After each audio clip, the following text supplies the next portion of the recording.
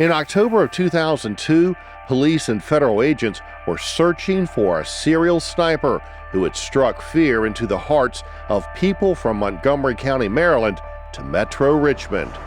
During this time, the public was asked to keep their eyes open for two possible getaway vehicles.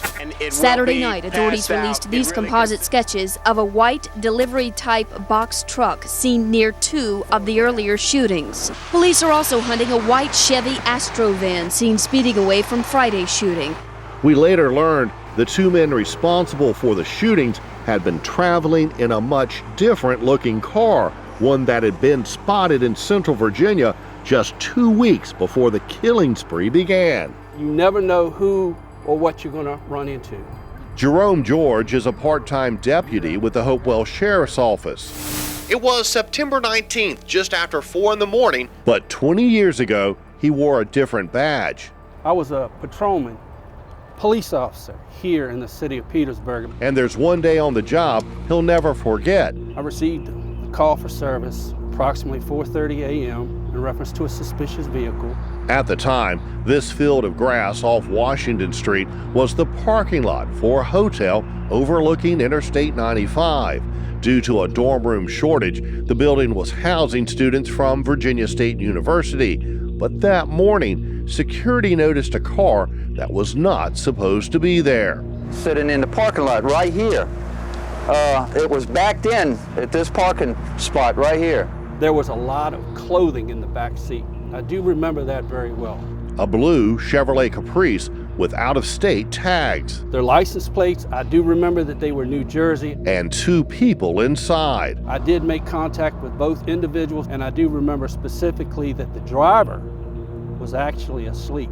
The passenger was he was on a laptop computer. George woke up the driver, who was polite and cooperative. It didn't give no trouble at all, gave no indications of any type of illegal, suspicious activities. They just said they were tired, they were traveling north from Louisiana, and he was going to see relatives in Maryland. No suspicion? No suspicion. I just wanted to check on his well-being. You got to understand, out here in Petersburg, you got two major interstates. You have 85 and you got Interstate 95. It's not uncommon to see individuals pull off to the side of the road into a parking lot, to get some rest. George ran a warrant check on the vehicle and the driver, and both came back negative.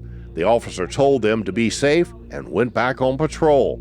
13 days later, the sniper shootings began. As a matter of fact, I even pulled over a couple white vans during the time, with probable cause, of course. On October 24th, John Allen Muhammad and Lee Boyd Malvo were captured at a rest stop in Maryland in a blue Chevy Caprice. After they were caught, it was like worldwide. Everybody was watching the news. Once he saw their photos on TV and learned about their car, George immediately checked his notes. By some chance, I just looked at the car and I remember writing down the name of the driver specifically. The driver's name was John Allen Muhammad. My mouth dropped. George told his supervisor, who had him type up a detailed report, which was then sent to federal investigators. Our department did forward my findings to them, but I never heard anything back from them. Before he became a police officer, George served in the United States Navy. Like Muhammad, he was a veteran of Desert Storm. To this day, he cannot understand how someone who once swore to protect our country against all enemies, foreign or domestic, could have done something so evil. It's sad. I really don't have any other word about it. I wish that I could have done more, sir. A chance meeting in a dark parking lot, something Jerome George will never forget. Working for you in Petersburg, Wayne Koval, CBS 6 News.